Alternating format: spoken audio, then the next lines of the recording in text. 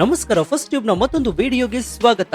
ಸ್ನೇಹಿತರೆ, ಅಮೆರಿಕ ಅಂದ್ರೆ ಜಗತ್ತಿನ ದೊಡ್ಡಣ್ಣ, ಪ್ರಜಾಪ್ರಭುತ್ವದ ರಕ್ಷಕ ಅಂತ ನಾವೆಲ್ಲರೂ ಕೂಡ ಭಾವಿಸಿದ್ವಿ. ಭಾರತ ಮತ್ತು ಅಮೆರಿಕ ನಡುವಿನ ಸಂಬಂಧ ಈಗ ಅತ್ಯಂತ ಸುವರ್ಣ ಯುಗದಲ್ಲಿದೆ ಅಂತ ಜಗತ್ತೇ ಮಾತನಾಡ್ಕೊಳ್ತಾ ಇದೆ.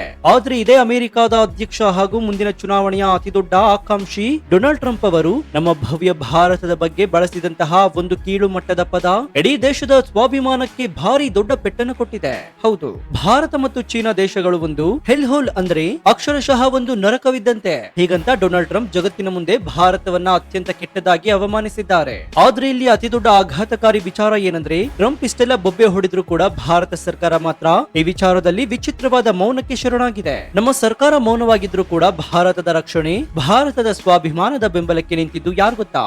ಅಮೆರಿಕದ ಕಡು ವೈರಿಯಾಗಿರುವ ಇಸ್ಲಾಮಿಕ್ ರಾಷ್ಟ್ರ ಇರಾನ್ ಸರ್ಕಾರ ನೇರವಾಗಿ ಅಮೆರಿಕಾಗೆ ಎಚ್ಚರಿಕೆ ಕೊಟ್ಟು ಭಾರತದ ಬೆನ್ನಿಗೆ ನಿಂತಿರುವ ಈ ಟ್ವಿಸ್ಟ್ ಇಡೀ ಜಗತ್ತನ್ನೇ ದಂಗಾಗಿಸಿದೆ. ಅಷ್ಟಕ್ಕೂ ಡೊನಾಲ್ಡ್ ಟ್ರಂಪ್ ಭಾರತವನ್ನ ನರಕ ಅಂತ ಕರೆದಿದ್ಯಾಕೆ? ಟ್ರಂಪ್ ಅವರ ಈ ಅಹಂಕಾರದ ಮಾತಿಗೆ ಅಮೆರಿಕದ ನಾಯಕರೇ ಟ್ರಂಪ್ ಭಾರತದ ಮುಖಕ್ಕೆ ಉಗಿದಿದ್ದಾರೆ ಅಂತ ಕಟ್ಟುವಾಗಿ ಟೀಕಿಸಿರೋದಾದ್ರೂ ಯಾಕೆ? ಭಾರತಕ್ಕೆ ಇಷ್ಟೊಂದು ಅವಮಾನವಾದ್ರೂ ಕೂಡ ನಮ್ಮ ವಿದೇಶಾಂಗ ಸಚಿವಾಲಯ ಅಮೆರಿಕದ ಎದುರು ಅಷ್ಟೊಂದು ಸಾಫ್ಟ್ ಆಗಿ ವರ್ತಿಸ್ತಾ ಇರೋದಾದ್ರೂ ಯಾಕೆ? ಇದರ ಹಿಂದೆ ನಡೀತಾ ಇರುವಂತಹ ಆ ಕೃಷಿ ಒಪ್ಪಂದದ ಕರಾಳ ರಹಸ್ಯವೇನು? ಬನ್ನಿ ಇವತ್ತಿನ ಈ ಡೀಟೇಲ್ಡ್ ವಿಡಿಯೋದಲ್ಲಿ ಅಮೆರಿಕದ ಅಹಂಕಾರ, ಭಾರತದ ಮೌನ ಮತ್ತು ಇರಾನ್ನ ಎಂಟ್ರಿಯ ಪ್ರತಿಯೊಂದು ಗುಟ್ಟನ್ನ ಎಳಿಯಾಗಿ ಬಿಚ್ಚಿಡೋಣ. ಈ ಮಾಹಿತಿಯನ್ನು ಪ್ರತಿಯೊಬ್ಬ ಸ್ವಾಭಿಮಾನಿ ಭಾರತೀಯನು ತಿಳಿದುಕೊಳ್ಳಬೇಕು. ಹೀಗಾಗಿ ವಿಡಿಯೋವನ್ನ ಎಲ್ಲೂ ಸ್ಕಿಪ್ ಮಾಡದೆ ಕೊನೆವರೆಗೂ ನೋಡಿ. ಸೊ ವಿಡಿಯೋವನ್ನ ಶುರು ಮಾಡೋಣ. ಆದ್ರೆ ಅದಕ್ಕೂ ಮುನ್ನ, ಭಾರತೀಯರ ಸ್ವಾಭಿಮಾನಕ್ಕೆ ಧಕ್ಕೆ ತಂದಿರುವಂತಹ ಅಮೆರಿಕದ ಅಹಂಕಾರಿ ಡೊನಾಲ್ಡ್ ಟ್ರಂಪ್ ನ ಅಹಂಕಾರವನ್ನ ಪ್ರಧಾನಿ ನರೇಂದ್ರ ಮೋದಿ ಅವರು ಇಳಿಸಬೇಕು ಅಂತ ನಿಮ್ಗನ್ಸಿದ್ರೆ ಎಸ್ ಅಂತ ಕಮೆಂಟ್ ಮಾಡಿ ಹಾಗೂ ವಿಡಿಯೋಗೆ ಲೈಕ್ ಕೊಡಿ. ಸ್ನೇಹಿತರೆ, ಈ ಇಡೀ ವಿವಾದ ಶುರುವಾಗಿದ್ದು ಡೊನಾಲ್ಡ್ ಟ್ರಂಪ್ ಅವರ ಸ್ವತಃ ಸೋಷಿಯಲ್ ಮೀಡಿಯಾ ಪ್ಲಾಟ್ಫಾರ್ಮ್ ನ ಟ್ರೂತ್ ಸೋಷಿಯಲ್ ಮೀಡಿಯಾದಲ್ಲಿ. ಅಮೆರಿಕದಲ್ಲಿ ಒಂದು ಕಾನೂನಿದೆ, ಅದೇ ಬರ್ತ್ ರೈಟ್ ಸಿಟಿಜನ್ಶಿಪ್. ಅಂದ್ರೆ ಪ್ರಪಂಚದ ಯಾವುದೇ ದೇಶದವರಾದ್ರೂ ಕೂಡ ಸರಿ, ಅವರು ಅಮೆರಿಕದ ನೆಲದಲ್ಲಿ ಮಗುವಿಗೆ ಜನ್ಮ ನೀಡಿದ್ರೆ ಆ ಮಗುವಿಗೆ ಜನ್ಮತಃ ಅಮೆರಿಕದ ಪೌರತ್ವ ಅಥವಾ ಸಿಟಿಜನ್ಶಿಪ್ ಸಿಗುತ್ತೆ. ಡೊನಾಲ್ಡ್ ಟ್ರಂಪ್ ಅವರಿಗೆ ಮೊದಲಿನಿಂದಲೂ ಕೂಡ ಈ ಕಾನೂನು ಕಂಡ್ರೆ ಆಗುದಿಲ್ಲ. ಇದನ್ನ ರದ್ದು ಮಾಡಬೇಕು ಅನ್ನೋದು ಅವರ ಅತಿ ದೊಡ್ಡ ಅಜೆಂಡವಾಗಿದೆ. ಇದೇ ವಿಚಾರವಾಗಿ ಟ್ರಂಪ್ ಅವರು ತಮ್ಮ ಸೋಷಿಯಲ್ ಮೀಡಿಯಾದಲ್ಲಿ ಒಂದು ವಿವಾದಾತ್ಮಕ ಪೋಸ್ಟ್ ಅನ್ನ ಹಂಚಿಕೊಂಡಿದ್ದಾರೆ. ಅದರಲ್ಲಿ ಬರ್ದಿದ್ದೇನು ಗೊತ್ತಾ? ಭಾರತ ಮತ್ತು ಚೀನಾದಂತಹ ನರಕದಂತಹ ದೇಶಗಳಿಂದ ಜನರು ಅಮೆರಿಕಕ್ಕೆ ಬರ್ತಾ ಇದ್ದಾರೆ. ಕೇವಲ ಅಮೆರಿಕದ ಪೌರತ್ವ ಪಡೆಯಲು ಇಲ್ಲಿ ಬಂದು ಮಕ್ಕಳನ್ನ ಹೆರ್ತಾ ಇದ್ದಾರೆ. ನಂತರ ಆ ಮಗುವಿನ ಆಧಾರದ ಮೇಲೆ ತಮ್ಮ ಇಡೀ ಕುಟುಂಬವನ್ನೇ ಅಮೆರಿಕಾಗೆ ಕರೆದುಕೊಂಡು ಬರ್ತಾರೆ ಎನ್ನುವಂತಹ ಅತ್ಯಂತ ಕೀಳು ಮಟ್ಟದ ಜನಾಂಗೀಯ ನಿಂದನೆಯ ಪೋಸ್ಟ್ ಅನ್ನ ಟ್ರಂಪ್ ಎಂಡೋರ್ಸ್ ಮಾಡಿದ್ದಾರೆ. ಇದು ನಿಜಕ್ಕೂ ಅಮೆರಿಕದಲ್ಲಿ ಪ್ರಾಮಾಣಿಕವಾಗಿ ಬೆವರು ಸುರಿಸಿ ಕೆಲಸ ಮಾಡ್ತಾ ಇರುವಂತಹ ಲಕ್ಷಾಂತರ ಭಾರತೀಯರಿಗೆ ಅಮೆರಿಕದ ಟೆಕ್ನಾಲಜಿ ಕಂಪನಿಗಳನ್ನ ಉತ್ತುಂಗಕ್ಕೆ ಏರಿಸಿದ ನಮ್ಮ ಪ್ರತಿಭೆಗಳಿಗೆ ಮಾಡಿದ ಅತಿ ದೊಡ್ಡ ಅವಮಾನ. ಸಾವಿರಾರು ವರ್ಷಗಳ ಇತಿಹಾಸವಿರುವ ಇಡೀ ಜಗತ್ತಿಗೆ ಸಂಸ್ಕೃತಿ ಕಲಿಸಿದಂತಹ ಭಾರತವನ್ನ ನರಕ ಅಂತ ಕರೆಯುವ ಮೂಲಕ ಟ್ರಂಪ್ ತಮ್ಮ ಅಸಭ್ಯತೆಯನ್ನ ಜಗತ್ತಿನ ಮುಂದೆ ಪ್ರದರ್ಶನ ಮಾಡಿದ್ದಾರೆ. ಯಾವುದೇ ದೇಶದ ನಾಯಕ ನಮ್ಮ ದೇಶವನ್ನ ನರಕ ಅಂತ ಕರೆದ್ರೆ ನಮ್ಮ ಸರ್ಕಾರ ಏನ್ ಮಾಡಬೇಕು? ತಕ್ಷಣವೇ ಆ ದೇಶದ ರಾಯಭಾರಿಗಳನ್ನ ಕರೆಸಿ ಕಠುವಾದ ಎಚ್ಚರಿಕೆಯನ್ನ ಕೊಡಬೇಕು ಅಲ್ವಾ?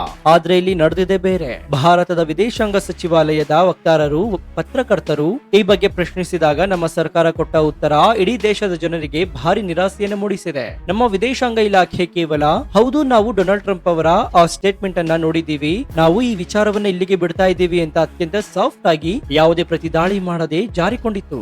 ಒಂದು ವಿಚಾರವನ್ನ ನೆನ್ಪಿಟ್ಕೊಳ್ಳಿ, ನಮ್ಮ ಭಾರತದ ಸಂಸ್ಕೃತಿಯಲ್ಲಿ ಪೇಟ ಅಂದ್ರೆ ಅದು ಕೇವಲ ತಲೆಗೆ ಕಟ್ಟುವ ಬಟ್ಟೆಯಲ್ಲ, ಅದು ನಮ್ಮ ಸ್ವಾಭಿಮಾನದ ಸಂಕೇತ. ಒಂದು ದೇಶ ನಮ್ಮನ್ನ, ನಮ್ಮ ಸಂಸ್ಕೃತಿಯನ್ನ, ನಮ್ಮ ಜನರನ್ನ ಗೌರವಿಸುವುದಿಲ್ಲವೋ ಅವರ ಜೊತೆ ಎಷ್ಟೇ ಸಾವಿರ ಕೋಟಿ ಆರ್ಥಿಕ ಒಪ್ಪಂದಗಳನ್ನ ಮಾಡಿಕೊಂಡಿದ್ರು ನಾವೇನು ಸಾಧಿಸಲು ಸಾಧ್ಯ? ಭಾರತದಂತಹ ಬಲಿಷ್ಠ ರಾಷ್ಟ್ರ ಟ್ರಂಪ್ ಅವರ ಈ ಕೀಳು ಮಟ್ಟದ ಮಾತಿಗೆ ದಿಟ್ಟ ಉತ್ತರ ಕೊಡದೆ ಸುಮ್ಮನೆ ಕೂತಿರುವುದು ಭಾರತ ಈಗ ಅಮೆರಿಕದ ಎದುರು ಒಂದು ಸಾಫ್ಟ್ ಸ್ಟೇಟ್ ಆಗಿ ಬದಲಾಗ್ತಾ ಇದೆಯಾ ಎನ್ನುವ ಕರಾಳ ಪ್ರಶ್ನೆಗಳನ್ನ ಹುಟ್ಟು ಹಾಕಿದೆ. ಇನ್ನು ನಮ್ಮ ಸರ್ಕಾರ ಟ್ರಂಪ್ ಅವರ ಮಾತಿಗೆ ಸೈಲೆಂಟ್ ಆಗಿದ್ದರೆ ಭಾರತದ ಪರವಾಗಿ ಬ್ಯಾಟ್ ಬೀಸಲು ಎಂಟ್ರಿ ಕೊಟ್ಟಿದ್ದು ಜಗತ್ತಿನ ಮತ್ತೊಂದು ಬಲಿಷ್ಠ ರಾಷ್ಟ್ರ, ಅದು ಕೂಡ ಮುಸ್ಲಿಂ ರಾಷ್ಟ್ರ ಇರಾನ್. ಹೌದು, ಹೈದರಾಬಾದ್ ನಲ್ಲಿರುವಂತಹ ಇರಾನ್ನ ಅಧಿಕೃತ ರಾಯಭಾರಿ ಕಚೇರಿ ತಕ್ಷಣವೇ ಒಂದು ಸ್ಫೋಟಕ ಸ್ಟೇಟ್ಮೆಂಟ್ ಅನ್ನು ರಿಲೀಸ್ ಮಾಡಿತು. ಭಾರತ ಮತ್ತು ಚೀನಾ ದೇಶಗಳು ಜಗತ್ತಿನ ಅತ್ಯಂತ ಪ್ರಾಚೀನ ನಾಗರಿಕತೆಗಳು, ಜಗತ್ತಿಗೆ ಸಂಸ್ಕೃತಿಯನ್ನು ಕಲಿಸಿದ ಪುಣ್ಯ ಭೂಮಿಗಳು. ಇಂತಹ ದೇಶವನ್ನ ನರಕ ಅಂತ ಕರೆದಿರುವುದು ಹಿಂದೆ ಇರಾನ್ನ ನಾಗರಿಕತೆಯನ್ನೇ ಸಂಪೂರ್ಣವಾಗಿ ಸರ್ವನಾಶ ಮಾಡುವ ಬೆದರಿಕೆ ಹಾಕಿದ್ದ ಒಬ್ಬ ಯುದ್ಧಾಪರಾಧಿ. ಆತನಿಂದ ಇದಕ್ಕಿಂತ ಬೇರೇನೂ ನಿರೀಕ್ಷಿಸಲು ಸಾಧ್ಯವಿಲ್ಲ ಅಂತ ಟ್ರಂಪ್ ಅವರಿಗೆ ಇರಾನ್ ನೇರ ತಿರುಗೇಟನ್ನ ಕೊಟ್ಟಿತ್ತು. ಟ್ರಂಪ್ ಅವರ ಹೆಸರು ಹೇಳದೆ ಅವರನ್ನ ಯುದ್ಧಾಪರಾಧಿ ಆತಂಕವಾದಿ ಅಂತ ಕರೆದು ಭಾರತದ ಪರವಾಗಿ ಇರಾನ್ ನಿಂತ ಈ ಪರಿ ಪ್ರತಿಯೊಬ್ಬ ಭಾರತೀಯನಿಗೂ ಆಶ್ಚರ್ಯ ತರಿಸಿದೆ. ಸೋಷಿಯಲ್ ಮೀಡಿಯಾದಲ್ಲಿ ಭಾರತೀಯರು ನಮ್ಮ ಸರ್ಕಾರ ಮಾಡದ ಕೆಲಸವನ್ನ ನಮ್ಮ ಪರವಾಗಿ ನಿಂತು ಇರಾನ್ ಮಾಡಿದೆ, ಅದು ಕೂಡ ಮುಸ್ಲಿಂ ರಾಷ್ಟ್ರ ಮಾಡಿದೆ ಅಂತ ಇರಾನ್ಗೆ ಧನ್ಯವಾದವನ್ನ ಹೇಳ್ತಾ ಇದ್ದಾರೆ. ಇದು ನಿಜಕ್ಕೂ ಕೂಡ ಜಾಗತಿಕ ರಾಜಕಾರಣದ ಅತಿ ದೊಡ್ಡ ಟ್ವಿಸ್ಟ್ ಆಗಿದೆ. ಟ್ರಂಪ್ ಅವರ ಈ ಜನಾಂಗೀಯ ನಿಂದನೆ ಕೇವಲ ಭಾರತದಲ್ಲಿ ಮಾತ್ರವಲ್ಲ, ಸ್ವತಃ ಅಮೆರಿಕದ ಆಂತರಿಕ ರಾಜಕಾರಣದಲ್ಲೂ ಕೂಡ ಭಾರಿ ದೊಡ್ಡ ಸಂಚಲನವನ್ನ ಸೃಷ್ಟಿ ಮಾಡಿದೆ. ಅಮೆರಿಕದ ಡೆಮೊಕ್ರಾಟಿಕ್ ಪಕ್ಷದ ಪ್ರಭಾವಿ ನಾಯಕ ಹಾಗೂ ಅಮೆರಿಕದ ಫಾರಿನ್ ಪಾಲಿಸಿಯಲ್ಲಿ ಬಹುದೊಡ್ಡ ಹೆಸರು ಮಾಡಿರುವ ಅನೇಕ ದೇಶಗಳಲ್ಲಿ ಅಮೆರಿಕದ ರಾಯಭಾರಿಯಾಗಿ ಕೆಲಸ ಮಾಡಿದಂತಹ ರಾಮ್ ಇಮ್ಯಾನ್ಯುಯಲ್ ಟ್ರಂಪ್ ವಿರುದ್ಧ ಅಕ್ಷರಶಃ ಸಿಡಿದಿದ್ದಾರೆ.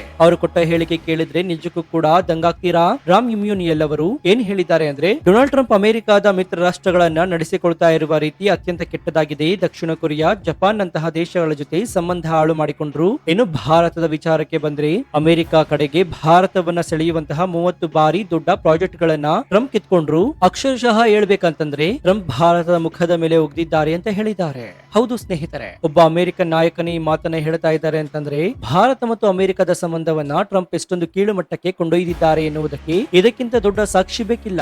ಇಷ್ಟೆಲ್ಲ ಅವಮಾನವಾದ್ರೂ ಭಾರತ ಸರ್ಕಾರ ಯಾಕೆ ಕಠಿಣವಾದ ಪ್ರತಿಕ್ರಿಯೆಯನ್ನು ನೀಡ್ತಾ ಇಲ್ಲ?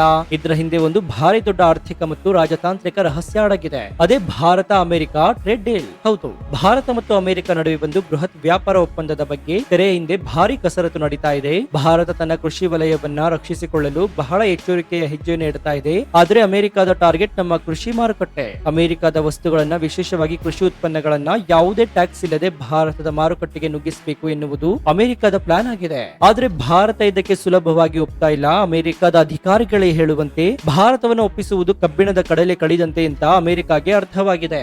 ಭಾರತದ 12 ಸದಸ್ಯರ ನಿಯೋಗ ಅಮೆರಿಕದ ಅಧಿಕಾರಿಗಳ ಜೊತೆ ಸತತ ಮಾತುಕತೆ ನಡೆಸಿದ್ದರೂ ಕೂಡ ಕೃಷಿ ವಲಯದಲ್ಲಿ ಅಮೆರಿಕಾಗೆ ಪ್ರವೇಶ ನೀಡಲು ಭಾರತ ಕಟ್ಟುನಿಟ್ಟಾಗಿ ನಿರಾಕರಿಸಿದೆ. ಇದೇ ಕಾರಣಕ್ಕೆ ಟ್ರೇಡ್ ಡೀಲ್ ಮಾತುಕತೆಯ ಸೂಕ್ಷ್ಮ ಸಮಯದಲ್ಲಿ ಟ್ರಂಪ್ ಅವರ ಮಾತಿಗೆ ಕೌಂಟರ್ ಕೊಟ್ಟು ಇಡೀ ಒಪ್ಪಂದವನ್ನೇ ಹಾಳು ಮಾಡಿಕೊಳ್ಳಬಾರದು ಎಂಬುದು ದೂರದೃಷ್ಟಿಯಿಂದ ಭಾರತ ಮೌನವಾಗಿರುವ ಸಾಧ್ಯತೆ ಬಹಳ ದಟ್ಟವಾಗಿದೆ. ಆರ್ಥಿಕ ಲಾಭಕ್ಕಾಗಿ ಸ್ವಾಭಿಮಾನವನ್ನ ಸ್ವಲ್ಪ ಪಕ್ಕಕ್ಕಿಟ್ಟು ಭಾರತ ರಾಜತಾಂತ್ರಿಕ ಹೆಜ್ಜೆ ಇಡ್ತಾ ಇದೆ ಎನ್ನುವುದು ವಿಶ್ಲೇಷಕರ ಅಭಿಪ್ರಾಯವಾಗಿದೆ. ಒಟ್ಟಾರೆಯಾಗಿ ಹೇಳೋದಾದ್ರೆ ಆರ್ಥಿಕ ಒಪ್ಪಂದಗಳು, ವ್ಯಾಪಾರ ವಹಿವಾಟುಗಳು ದೇಶದ ಬೆಳವಣಿಗೆಗೆ ಖಂಡಿತ ಮುಖ್ಯ. ಆದ್ರೆ ಒಂದು ದೇಶದ ಅಸ್ಮಿತೆಯನ್ನ, ಕೋಟ್ಯಾಂತರ ಜನರ ತಾಯ್ನಾಡನ್ನ ನರಕ ಅಂತ ಕರೆದಾಗ ಅದರ ವಿರುದ್ಧ ಸಿಡಿದೆದ್ದು ನಿಲ್ಲುವಂತಹ ನೈತಿಕ ಸ್ಥೈರ್ಯವನ್ನ ನಮ್ಮ ದೇಶ ತೋರಿಸಲೇಬೇಕಿತ್ತು. ನಮ್ಮ ಸ್ವಾಭಿಮಾನಕ್ಕಿಂತ ದೊಡ್ಡದು ಬೇರೊಂದಿಲ್ಲ. ಇರಾನ್ ದೇಶ ನಮಗಾಗಿ ನಿಂತು ಧ್ವನಿ ಎತ್ತುವ ಬದಲು ನಮ್ಮ ಧ್ವನಿಯೇ ಅಲ್ಲಿ ಮೊಳಗಬೇಕಾಗಿತ್ತು. ಸೊ ನಿಮ್ಗೇನನ್ಸುತ್ತೆ? ಭಾರತವನ್ನ ನರಕ ಅಂತ ಕರೆದ ಡೊನಾಲ್ಡ್ ಟ್ರಂಪ್ ಅವರ ಅಹಂಕಾರದ ಮಾತಿಗೆ ಭಾರತ ಸರ್ಕಾರ ತಕ್ಷಣವೇ ಕಠಿಣ ತಿರುಗೇಟನ್ನು ಕೊಡಬೇಕಿತ್ತಾ? ಟ್ರೇಡ್ ಡೀಲ್ ಗಾಗಿ ಮೌನವಾಗಿರುವುದು ನಮ್ಮ ಸ್ವಾಭಿಮಾನಕ್ಕೆ ಮಾಡಿದ ಅವಮಾನ ಅಂತ ನಿಮ್ಗನ್ಸುತ್ತಾ? ಇರಾನ್ ದೇಶ ಅಮೆರಿಕ ವಿರುದ್ಧ ಸಿಡಿದಿದ್ದು ಭಾರತದ ಪರವಾಗಿ ನಿಂತಿರುವ ಈ ಐತಿಹಾಸಿಕ ನಡೆಯ ಬಗ್ಗೆ ನಿಮ್ಮ ಅಭಿಪ್ರಾಯವೇನು? ನಿಮ್ಮ ಅತ್ಯಂತ ಪ್ರಮುಖವಾದ ಲಾಜಿಕಲ್ ಮತ್ತು ಪ್ರಾಮಾಣಿಕ ಅನಿಸಿಕೆಯನ್ನ ಕಮೆಂಟ್ ಬಾಕ್ಸ್ ನಲ್ಲಿ ತಪ್ಪದೆ ತಿಳಿಸಿ ಮುಕ್ತವಾಗಿ ಚರ್ಚಿಸೋಣ. ಟ್ರಂಪ್ ಅವರ ಅಹಂಕಾರ, ಭಾರತದ ಮೌನ, ಇರಾನ್ನ ಈ ರೋಚಕ ಎಂಟ್ರಿಯ ಸ್ಫೋಟಕ ರಿಪೋರ್ಟ್ ಪ್ರತಿಯೊಬ್ಬ ಭಾರತೀಯನಿಗೂ ತಲುಪುವಂತೆ ಹೆಮ್ಮೆಯಿಂದ ಈ ವಿಡಿಯೋವನ್ನ ನಿಮ್ಮ ವಾಟ್ಸ್ಆಪ್, ಫೇಸ್ಬುಕ್ ಗ್ರೂಪ್ ಗಳಲ್ಲಿ ಮರೆಯದೆ ಶೇರ್ ಮಾಡಿ. ಇದೇ ರೀತಿ ಜಾಗತಿಕ ವಿದ್ಯಮಾನಗಳು, ರಾಷ್ಟ್ರೀಯ ಭದ್ರತೆ ಮತ್ತು ಜಿಯೋ ಪೊಲಿಟಿಕ್ಸ್ ನ ನಿಷ್ಪಕ್ಷಪಾತ, ತ್ವರಿತ ಮತ್ತು ಅತ್ಯಂತ ಡೀಟೇಲ್ಡ್ ಆದ ರಿಪೋರ್ಟ್ ಗಳಿಗಾಗಿ ನಿಮ್ಮ ನೆಚ್ಚಿನ ಫಸ್ಟ್ ಯೂಟ್ಯೂಬ್ ಚಾನೆಲ್ ಅನ್ನ ಈಗಲೇ ಸಬ್ಸ್ಕ್ರೈಬ್ ಮಾಡಿಕೊಂಡು ಪಕ್ಕದಲ್ಲಿರುವಂತಹ ಬೆಲ್ ಐಕಾನ್ ಅನ್ನ ಪ್ರೆಸ್ ಮಾಡಿ. ಇದರಿಂದ ನಾವು ಹಾಕುವ ಹೊಸ ವಿಡಿಯೋಗಳ ನೋಟಿಫಿಕೇಶನ್ ಮೊದಲು ನಿಮಗೆ ಸಿಗುತ್ತೆ. ಇದಾಗಿತ್ತು ಈ ಕ್ಷಣದ ವಿಶೇಷ. ನೋಡ್ತಾ ಇರಿ ಫಸ್ಟ್ ಟ್ಯೂಬ್ ಕನ್ನಡ. ಧನ್ಯವಾದ.